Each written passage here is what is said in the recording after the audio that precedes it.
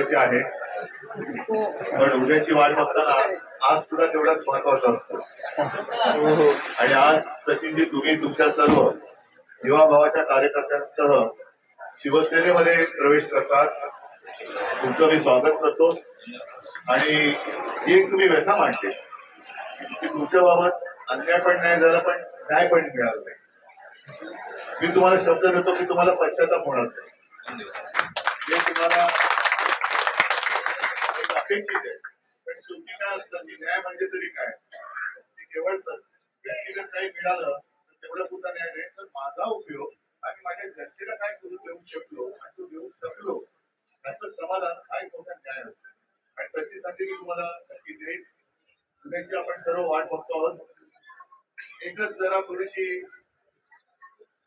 रोखरूप म्हणण्यापेक्षा काल जो बॉम्ब फुटला तर 4 दिवस आधी फुटला असता तर त्याचा स्फोट मोठा झाला. 19 तारखेला एक बॉम्ब फुटलेला आणि हा नोटांचा बॉम्ब जो काही वसई विदर्भला फुटला तो सुद्धा लोकांनी पाहिलेला आहे.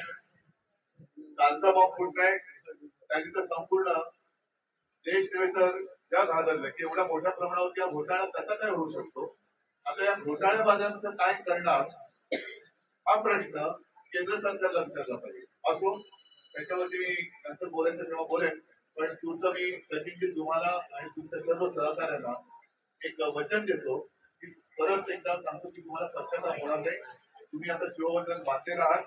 तुमच्या मनात जे काही करण्याचं आहे ते करायला पूर्ण संधी दिल्याशिवाय मी राहणार नाही. एवढीच एक तुम्हाला वचन देतो.